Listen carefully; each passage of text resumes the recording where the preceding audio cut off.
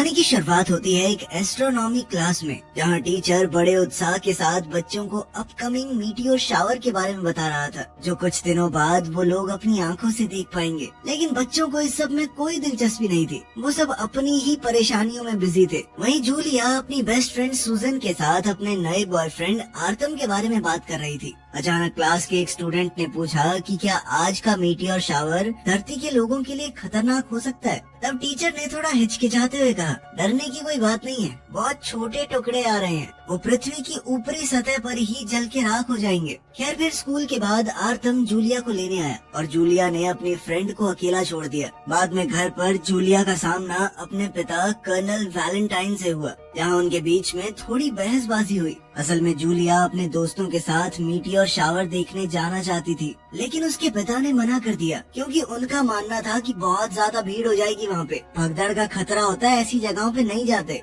मगर जब जूलिया ने अपने बॉयफ्रेंड को ये बताया तो उसने कहा कि कोई नहीं, मैं चुपचाप तुझे बाहर निकाल लूंगा। इसी बीच एक स्पेसक्राफ्ट उन मीटियोराइट्स के बीच में दाखिल हुआ। तभी अचानक रशियन मिलिट्री ने डिटेक्ट किया कि एक यूएफओ तेजी से उनकी तरफ आ रहा है। उन्हें शक हुआ कि कहीं ये नेटो का कोई काम तो नहीं, और उन्होंने तुरंत इंटरसेप्टर भेजे इस यूएफओ को गिराने के लिए। वहीं दूसरी तरफ लोकल लोग खुले इलाकों में जमा होने लगे थे, जिनमें जूलिया और आर्थम भी शामिल थे। तभी अचानक एक गाड़ी तेजी से वहां घुसी और लोगों से लगभग टकराने ही वाली थी। इससे आर्थम का गुस्सा भड़क गया और उसने गाड़ी के साइड वाला शीशा तोड़ दिया। अब बात हाथापाई पर पहुंचने वाली थी, लेकिन तभी आर्थम के दोस्त भी उसके साथ आ गए। इतने लड़कों को साथ देखकर गाड़ी के मालिक ने पंगा लेने का इरादा छोड़ दिया। फिर सूजन ने जूलिया और आर्थम को अपने घर की छत पर बुलाया, जहाँ से मीटियोर शावर का बहुत अच्छा नजारा दिखने वाला था। लेकिन वो दोनों एक दूसरे में इतना खो गए कि उन्हें आसपास की परवाह ही नहीं रही। तब सूजन ने उन्हें प्राइवेसी देने के लिए अपने घर की चाबी दे दी। बाद में जब दोनों एक दूसरे की बाहों में थे तो जूलिया पूरी तरह शांत नहीं थी, क्योंकि उसने अपनी दोस्त को छत पर अकेला छोड़ दिया था, और उसका ये शक बिल्कुल सही निकला। उसी वक्त अचानक फाइटर जेट्स ने अंतरिक्ष से आए स्पेसक्राफ्ट पर हमला कर दिया और वो सीधा उसी बिल्डिंग की छत पर क्रैश हुआ जहाँ सूजन थी। धमाका इतना जबरदस्त था कि कई बिल्डिंग्स, एक हाईवे और एक स्टेडियम तक तबाह हो गए। उसी पल जूलिया और आर्थम खुद को गहरी खाई के किनारे पर पाते हैं, जहाँ वो बेड के टुकड़ों को पकड़कर लटक रहे थे। खुशकिस्मती से आर्थम ने किसी तरह जूलिया को बचा लिया और उसे उस आधे टूटे घर से बाहर निकाल लिया। इस दुर्घटना के बाद पूरा इलाका मिलिट्री और पुलिस ने सील कर दिया। कर्नल वैलेंटाइन और पार्लियामेंट के रिप्रेजेंटेटिव मिखेल ने एलियन से संपर्क करने का फैसला किया ताकि उनके मकसद को समझा जा सके। तभी स्पेसक्राफ्ट से 2 मीटर लंबा रोबोट जैसा क्रीचर बाहर आया। मिखेल ने उसका धरती पर स्वागत किया, लेकिन वो इतना ज्यादा घबराया हुआ था कि उसे हार्ट अटैक ही आ गया। खैर बाद में वैलेंटाइन ने पार्लियामेंट को बताया कि एलियंस ने क्या कहा। उन्होंने गुजारिश की थी कि कोई भी उनके जहाज के पास न आए जब तक वो अपने जहाज की मरम्मत करना चाहते हैं। फिर वो वापस अपने प्लेनेट वापस चले जाएंगे, क्योंकि एलियंस ने खुद से कोई हमला नहीं किया था, उल्टा हमला तो उन्होंने किया है बिना उनकी बात सुने। इसलिए वैलेंटाइन ने कहा कि हालात की नजाकत को देखते हुए बिना किसी लड़ाई के हमें उन्हें जाने देना चाहिए। वहीं दूसरी ओर जूलिया को हॉस्पिटल के कमरे में होश आया। तब टीवी न्यूज पर उसे पता चला कि स्पेसक्राफ्ट क्रैश ने पूरे शहर में तबाही मचा दी थी। तभी उसकी नजर सूजन के हेडफोन्स वाले पैकेज पर पड़ी, जिसमें उसकी मौत की डेट लिखी थी। ये देखकर जूलिया पूरी तरह टूट गई। बेहद परेशान होकर उसने आर्थम को ढूंढा और उसके साथ हॉस्पिटल से भाग गई। फिर थोड़ी देर बाद कर्नल वैलेंटाइन आर्मी के व्हीकल में हॉस्पिटल पहुंचा। उसे आर्थम कुछ खास पसंद नहीं था, लेकिन फिर भी उसने उसका शुक्रिया अदा किया क्योंकि उसने जूलिया की जान बचाई थी। फिर घर जाते वक्त जूलिया ने अपने पिता से पूछा कि आगे क्या होगा, मगर वैलेंटाइन ने बताया कि शहर में कर्फ्यू लग चुका है और अब स्कूल के बाद सभी स्टूडेंट्स को सीधा घर जाना होगा। लेकिन जूलिया के लिए रेस्ट्रिक्शन यहीं खत्म नहीं हुई। वैलेंटाइन अपने काम में इतना बिजी रहने वाला था कि वो उसका ध्यान नहीं रख सकता, इसीलिए उसने जूलिया की देखभाल के लिए उसकी दादी को बुला लिया, जिस पर जूलिया काफी चिढ़ गई।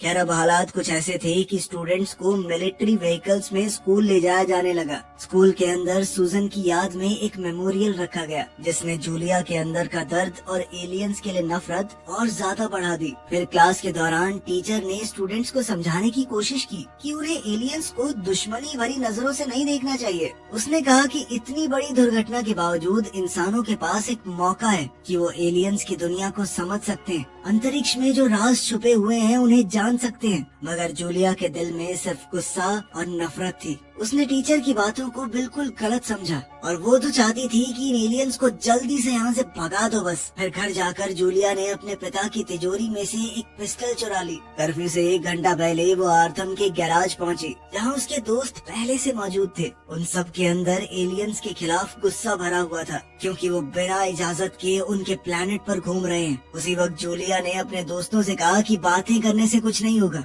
और उसने चोरी की हुई पिस्टल सबके सामने दिखा दी। उन्होंने प्लान बनाया कि एक सुनसान बिल्डिंग के जरिए हम वहाँ तक पहुँचेंगे। एक खुफिया रास्ता है जहाँ से सीधा स्पेसक्राफ्ट तक पहुँचा जा सकता है। इसके बाद आर्थम ने जूलिया को आगे के खतरों के बारे में सावधान करते हुए गाड़ी के अंदर ही इंतजार करने को कहा। वहीं अंदर स्टोर में लड़कों को जमीन पर एक अजीब सा गोल डिवाइस मिला। उन्होंने सोचा कि क्रैश लैंडिंग के दौरान शायद ये गिर गया होगा, मगर वहीं जूलिया आर्थम की बात को नजरअंदाज करते हुए सूजन के अपार्टमेंट तक चली गई थी। वहाँ उसने उन दोनों की तस्वीर देखी और अपनी दोस्त का आखिरी वॉइस मेल सुना, जिससे उसकी आंखें भर आई। तभी अचानक उसके सामने एक एलियन आ गया। डर के मारे जूलिया ने बिना सोचे समझे उस पर गोली चला दी। फिर पीछे हटते हुए वो बैलेंस खो बैठी और नीचे गिरने ही वाली थी कि ऐन वक्त पर एलियन ने उसका हाथ पकड़ लिया और उसे गिरने से बचाया। उसी पल में जूलिया ने देखा कि एलियन का चेहरा कुछ पलों के लिए इंसान जैसा लगने लगा था। इतने में आर्थम और उसके दोस्त जूलिया की आवाज सुनकर वहाँ पहुँच गए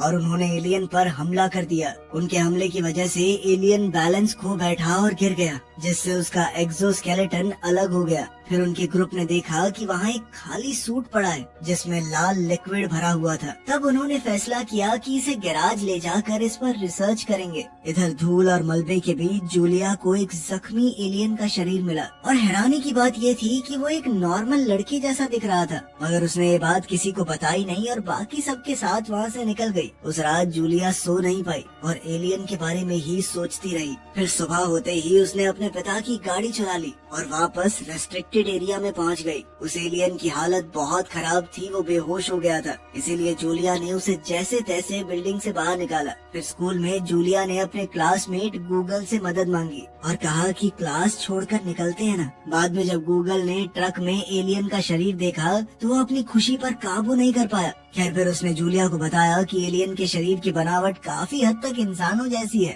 और उसे बचाने के लिए उस लाल लिक्विड का ट्रांसफ्यूजन करना जरूरी होगा। इसके बाद अपने पिता के नाम का इस्तेमाल करके जूलिया ने हॉस्पिटल के पास का जुगाड़ किया और चुपके से एलियन को ऑपरेशन रूम तक ले गई। फिर गूगल की मदद से उसने अपना खून एलियन के शरीर में ट्रांसफर किया। इसके बाद थोड़ी देर के लिए एलियन होश में आया और उसका शुक्रिया अदा करते हुए जूलिया को एक अजीब सा ब्रेसलेट दे दिया। बाद में वो दोनों उस एलियन को गैराज में ले गए और उसे बांध दिया। फिर जूलिया घर वापस आई ताकि फ्रेश हो सके, मगर जब वो नहा रही थी तब उसने देखा कि ब्रेसलेट अपने आप एक हाथ से दूसरे हाथ में जा सकता है और वो उसे पानी को कंट्रोल करने की ताकत भी देता है।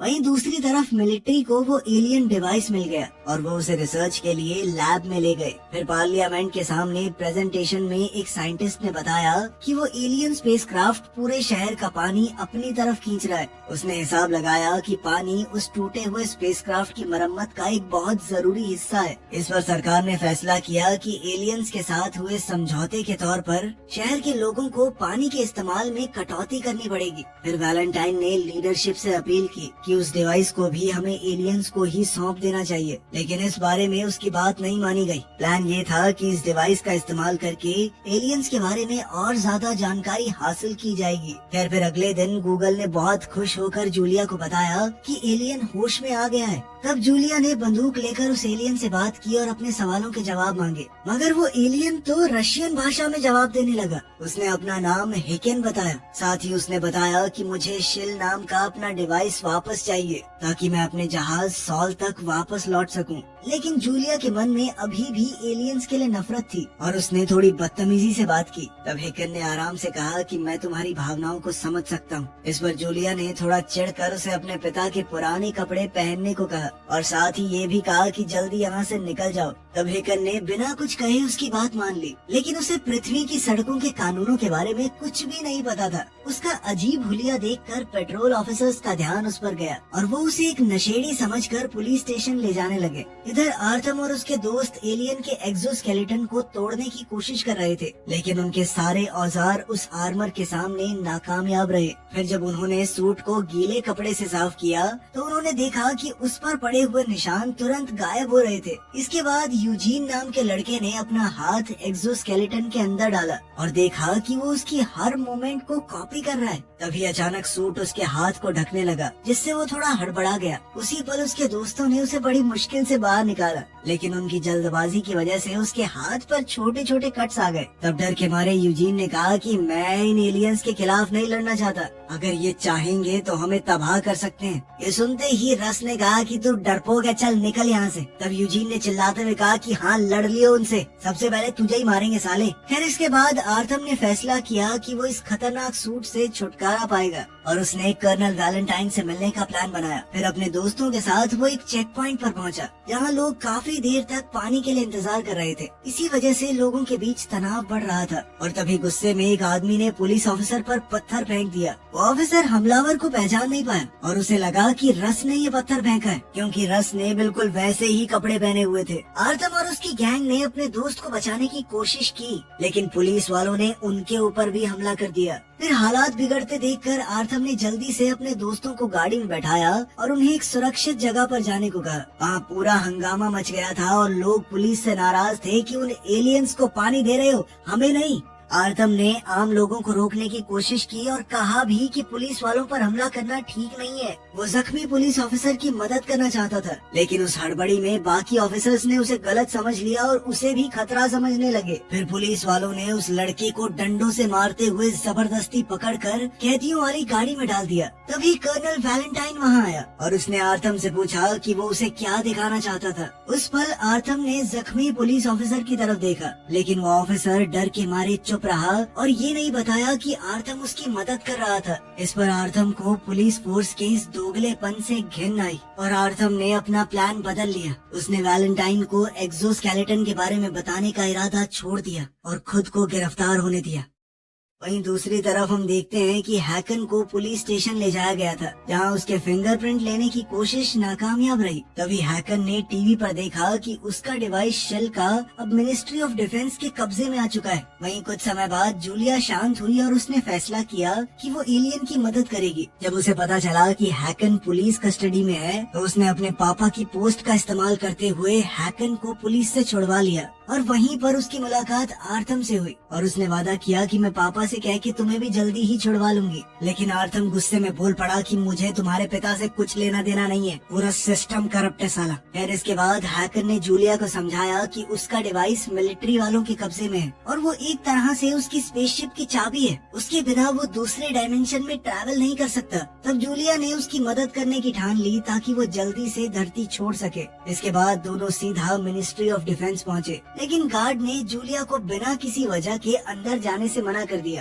तब जूलिया ने तुरंत एक प्लान बनाया और उसने हैकन की तरफ देखकर झूठ कह दिया कि वो प्रेग्नेंट है। ये सुनकर वो अंदर जा पाई। उसके पिता वैलेंटाइन इस बात से बहुत हैरान हो गए। उन्होंने गुस्से में कहा कि मैं इस आदमी को ऐसी जगह फिकवाऊंगा, मिलेगा नहीं कभी। तब जूलिया उन्हें शांत करने के लिए उनके गले लग गई और इसी दौरान चालाकी से उनका सिक्योरिटी पास चुरा लिया। बाद में गुस्से में कर्नल ने हैकन को ऑफिस से निकाल दिया और जूलिया ने चुपके से उसे जाने से पहले वो पास दे दिया। आखिरकार जूलिया ने अपने पिता को सच बता दिया कि वो गार्ड अंदर नहीं आने दे रहा था, तो इस वजह से मैंने झूठ बोल दिया। फिर हल्की सी मुस्कुराहट के साथ उसने कहा कि बहुत टाइम के बाद आपने मेरी बात सुनी है, अपने बाप से बात करने के लिए प्रेग्नेंट होना पड़ेगा क्या मुझे? असल में वैलेंटाइन अपने काम में इतना बिजी रहता था कि अपनी बेटी की जिंदगी में दिलचस्पी लेना लगभग बंद कर दिया था उसने। मगर जूलिया के दिल में अब भी नाराजगी थी, क्योंकि जब उसकी माँ बहुत बीमार थी उनके पास ज्यादा समय नहीं बचा था। तब वैलेंटाइन ने उसे कैंप भेज दिया। वो तो उसे दर्द से बचाना चाहता था, लेकिन जूलिया को तो अपनी माँ को आखिरी बार अलविदा कहने का मौका तक नहीं मिला।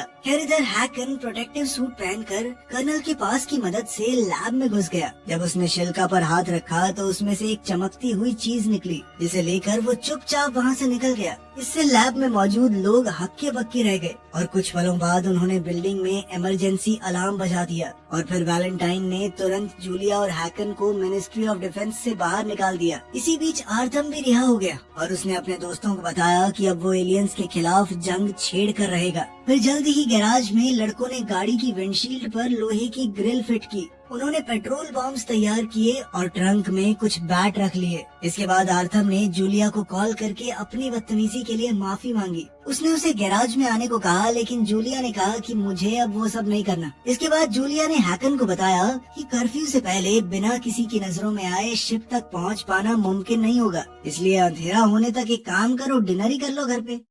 घर पहुंचकर हैकन जूलिया के बूढ़े अंधे कुत्ते चार्ली से मिला। हैकन ने जैसे ही उसे छुआ तो उसे शॉक लगा, क्योंकि उसे कुत्ते का दर्द महसूस हो रहा था। तब जूलिया ने बताया कि वो चार्ली को छोड़ नहीं सकती, क्योंकि ये कुत्ता उसकी माँ ने उसे दिया था। तभी जूलिया की दादी कमरे में आ गई तो जूलिया उन्हें थोड़ी देर के लिए समझाने चली गई कि चल क्या रहा है। जब वो वापस आई तो हैरान रह गई कि चार्ली अब सब कुछ देख सकता था। तब हैकन ने उसे अपना वो डिवाइस शिल्का दिखाया और बताया कि ये बहुत ताकतवर चीज है, जिंदगी का स्रोत है ये, और इतने समय तक इसे अपने पास रखने से वो खुद भी अमर बन चुका है। इसके बाद जूलिया ने हैकन को पैनकेक्स खिलाए और धीरे धीरे उसके दिल में कुछ भावनाएं पैदा होने लगी। इसी बीच टीवी न्यूज में हैकन की फुटेज मिनिस्ट्री ऑफ डिफेंस के कैमराज में दिख गई। अब कर्नल उन्हें ढूंढते हुए जल्दी से घर पहुंचा, लेकिन जूलिया और हैकन किसी तरह वहां से बचकर निकल गए। वहीं दूसरी तरफ आर्लम ने एलियंस के खिलाफ टीम बनानी शुरू कर दी थी। वो इंटरनेट पर प्रोपेगेंडा वीडियोस डालने लगा, जिसमें वो लोगों को एलियंस के खिलाफ इकट्ठा होने के लिए भड़का रहा था। उधर हम देखते हैं कि जूलिया को अपने बैग में अपनी दोस्त का आखिरी तोहफा मिला, जो उसके फेवरेट आर्टिस्ट की कॉन्सर्ट की 2 टिकट्स थी। तब उसने फैसला किया कि वो हैकन के साथ वहाँ पर जाएगी, ताकि वो भीड़ में छुप सके और कर्फ्यू का इंतजार कर पाए। इस कॉन्सर्ट के दौरान हैकन ने जूलिया को छुआ और टेलीपैथी की मदद से उसे अपने होम प्लैनेट ले गया,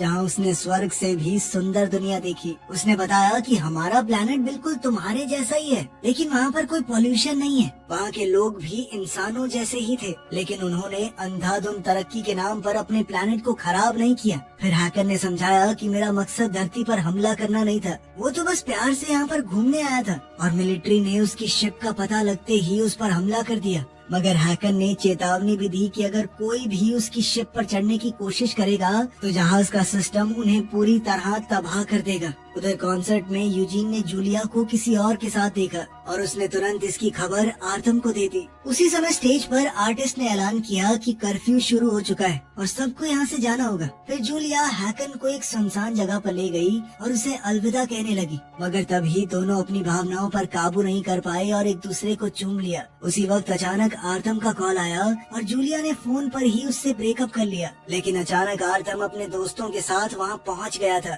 और उसने सीधा हैकन पर हमला कर दिया, मगर हैकन ने पलटवार नहीं किया। वो चुपचाप मार खाता रहा, क्योंकि वो लोग हिंसा के खिलाफ थे। उसी पल जूलिया ने उन्हें रोकने की कोशिश की और समझाया कि तुम एक ऐसे एलियन पर हमला कर रहे हो जो सिर्फ अपने प्लेनेट पर वापस जाना चाहता है। उसने ये भी कहा कि एलियंस के बारे में हम जो सोच रहे थे गलत था, ये लोग टेक्नोलॉजी के मामले में इंसानों से बहुत आगे हैं। मगर ये सुनते ही आर्थम की आंखों में पागलपन छा गया। उसने जूलिया को पूरी ताकत से थप्पड़ मार दिया। ये देखकर हैकन के अंदर कुछ बदल गया। उसने अपने सारे उसूल तोड़ दिए और अकेले ही उसने आर्थम और उसकी पूरी टीम को हरा दिया। लेकिन इसी बीच यूजीन को जूलिया के बैग में बंदूक मिल गई और उसने हैकन पर निशाना लगाया। तभी जूलिया हैकन को बचाने के लिए खुद बीच में आ गई, जिससे गोली गलती से रस को लग गई। अब सब लोग तुरंत रस के पास भागे, लेकिन बहुत देर हो चुकी थी। जूलिया ने हैकन से कहा कि बचा लो ना इसे, लेकिन हैकन ने कहा कि अगर ये जख्मी होता मैं बचा लेता, किसी मरे हुए को जिंदा नहीं कर सकता मैं। तब तक मिलिट्री व्हीकल्स भी वहाँ पहुँच चुके थे और आर्थम अपने दोस्तों के साथ जल्दी से छुपने के लिए निकल गया, जबकि हैकन और जूलिया को गिरफ्तार कर लिया गया। इसके बाद आर्थम ने पाइथन से कहा कि रेजिस्टेंस ग्रुप के लोगों को इमरजेंसी कॉल करो। लोगों को भड़काने के लिए उसने जानबूझकर अफवाह फैला दी कि एलियन ने एक इंसान को मार दिया है। इस खबर को सुनते ही पहले से गुस्से में भरी हुई पब्लिक और भड़क गई। जल्द ही सैकड़ों लोग इकट्ठा हो गए। अपने दोस्त को खोने के बाद आर्थम ने अब लोगों को भड़काना शुरू कर दिया कि ये पुलिस एलियंस को बचा रही है। हम सरकार के खिलाफ लड़ते हुए एलियंस को खत्म करेंगे और इस देश पर हमारा राज होगा। गुस्से में लोगों ने हथियार उठा लिए ताकि वो अपनी जमीन को एलियंस के कब्जे से बचा सके। अब आर्थम खुद गैराज वापस गया और एक्सोस्केलेटन को पहन लिया ताकि लड़ाई में उसे ताकत मिल सके। इधर जूलिया और हैकन को एक मिलिट्री चेक पॉइंट में बंद करके रखा गया था। जल्द ही कर्नल वैलेंटाइन भी वहाँ पहुँच गया। जूलिया ने अपने पिता को समझाने की कोशिश की कि लोग शिप के पास नहीं जा सकते। अगर ऐसा हुआ तो सेल्फ डिस्ट्रक्ट सिस्टम एक्टिवेट हो जाएगा, जिससे पूरा शहर तबाह हो सकता है। लेकिन तब तक भड़के हुए लोगों ने सिक्योरिटी तोड़ दी थी और रेस्ट्रिक्टेड एरिया तक पहुंच गए थे वो। फिर जल्द ही एलियन शिप से रोबोट्स बाहर आए जो अपनी टेक्नोलॉजी की सुरक्षा करना चाहते थे। इंसान बहुत ज्यादा भड़के हुए थे, फिर भी रोबोट्स ने कोशिश की कि इंसानों को नुकसान कम से कम हो। जल्द ही मिलिट्री भी जंग में उतर गई ताकि हालात को और बिगड़ने से रोक सके। तब वैलेंटाइन ने अपनी बेटी की बात को ध्यान से सुना और उसने माना कि मैं सच में तुम्हारी मदद करना चाहता हूँ, लेकिन उसके अंदर उसे खो देने का डर भी था। खैर, फिर अपना मकसद पूरा करने के लिए जूलिया ने बहुत बड़ा कदम उठाया। उसने बंदूक उठाकर अपने पिता को मजबूर किया कि आर्मर्ड व्हीकल की चाबी दे दो मुझे। फिर जूलिया और हैकन सीधा स्पेसशिप की तरफ निकल पड़े, मगर रास्ते में पागल हो चुका आर्थम उन पर टूट पड़ा और उनकी गाड़ी को उलट दिया। तभी हैकन बाहर निकला और उसकी आर्थम के साथ जबरदस्त लड़ाई शुरू हो गई। अब आर्थम लगभग हैकन को हराने ही वाला था, लेकिन उसी वक्त जूलिया ने गाड़ी से उसे टक्कर मार दी। आखिरकार इंसानों की फौज हार चुकी थी। रोबोट्स अब मिलिट्री पर हमला करने ही वाले थे, लेकिन वैलेंटाइन ने अपने हथियार नीचे रख दिए और हाथ उठाकर इशारा किया कि उनके फौजी शांति बनाए रखें। उसी समय हैकन और जूलिया ने एक दूसरे को खुशी से गले लगा लिया और जूलिया ने हैकन के लिए अपने प्यार का इजहार किया। लेकिन गुस्से से लाल आर्थम एक्सोस्केलेटन से बाहर निकला और उसने गुस्से में जूलिया पर गोली चला दी। तभी हैकन उसे बचाने के लिए सामने आ गया और दोनों को गोली लग गई। अब कर्नल का सबसे बड़ा डर सच बन गया था। जब वो अपनी बेटी के बेजान जिस्म के पास दौड़कर पहुंचा, तभी रोबोट्स हैकन और जूलिया को स्पेसशिप के अंदर ले गए और उन्हें रीजनरेशन कैप्सूल्स में रख दिया। तभी जहाज के एआई सिस्टम ने वैलेंटाइन से बात की और बताया कि उसकी बेटी जिंदा रहेगी। हैकन जूलिया से इतना प्यार कर बैठा था कि उसके लिए उसने अपनी जिंदगी कुर्बान कर दी थी ताकि वो उसकी जान बचा सके। सॉल ने ये भी खुलासा किया कि हैकन ने धरती का मिशन बाकी सबसे छुपा कर किया था। पृथ्वी का वातावरण काफी हद तक सही है, लेकिन यहाँ के लोग बहुत गुस्सैल हैं, इसीलिए दूसरी दुनिया के लोग उनसे संपर्क नहीं करना चाहते। खैर, फिर भी जूलिया और हैकन की कुर्बानी ने एआई को अपनी सोच बदलने पर मजबूर कर दिया और अब वो ये सारी जानकारी अपने प्लेनेट तक पहुंचा देगा। इसके बाद जूलिया होश में आई और उसने आंसुओं के साथ हैकन के बेजान शरीर को देखा। फिर शील्ड को वापस उसकी जगह पर रख दिया गया, जिसके बाद वो स्पेसशिप खुद ब खुद वापस अपने प्लेनेट की तरफ रवाना हो गई। वहीं हैकन के कैप्सूल में भी रीजनरेशन प्रोसेस शुरू हुआ, जिसका मतलब ये था कि शायद वो भी बच जाएगा। आखिरकार कहानी के अंत में जूलिया सोच में पड़ गई कि जो एलियन किसी दूसरी दुनिया से आया था, उसके अंदर इंसानों से ज्यादा इंसानियत थी। वीडियो पसंद आई तो लाइक कर देना, चैनल को सब्सक्राइब कर लेना। मिलते हैं अगली वीडियो में।